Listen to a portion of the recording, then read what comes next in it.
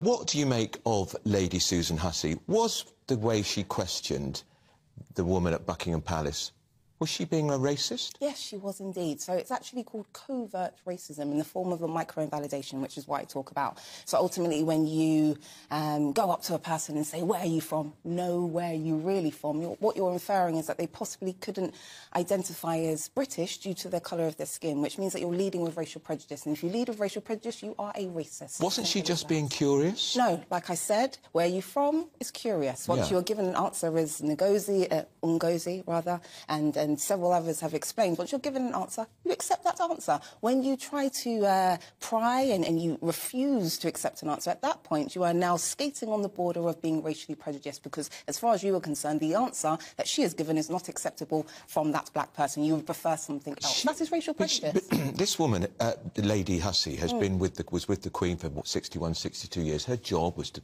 often go ahead of her in the crowd and find out about people. She's a racist. Why haven't we heard this before? We have heard this. OK, so let me just be clear. I have to just throw this out there. So, racism is firmly interwoven into the fabric of society, and that is due to the historical context. So, that includes, or we can safely say that includes the institution that lays at the very heart of it. So let me just break it down.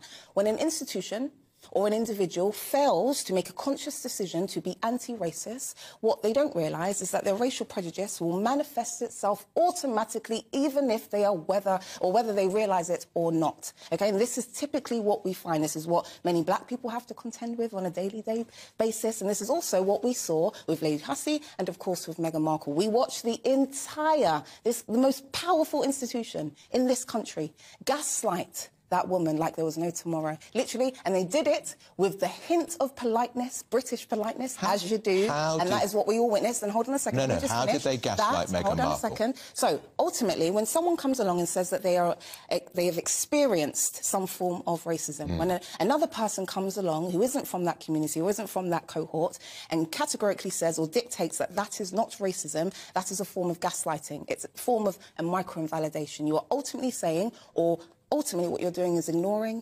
negating and neglecting the thoughts, feelings and experiences of that individual. Let me just break it down to you. You come from a marginalised community. As you said, you are from the LGBTQ+ community. If I was to say to you, or rather, let me put it this way. If you said to me, IMARN, I was the victim of a homophobic attack, and you came and told me that, and I tell you, categorically, I dictate to you categorically as a heterosexual woman. No, Andrew, you are wrong. You are wrong. So a hate crime, if someone thinks they're a victim of a hate crime, it's a hate crime. No, that's it. It comes down to... That can't be right. Well, let's just hear what Queen Camilla said, because Queen Camilla actually put it quite nicely when talking about domestic violence, which is also the same as racism, a heinous crime. What you're supposed to do with survivors and victims is listen and believe. So I would like to lead with what Queen Camilla said. I think what she said was awesome. When talking about domestic violence, which is a heinous crime, we must listen to survivors. We must believe their stories. Racism is a heinous crime, so therefore we must listen to those survivors and believe their stories. It's as simple as that. And anything other than that, it's microaggressions.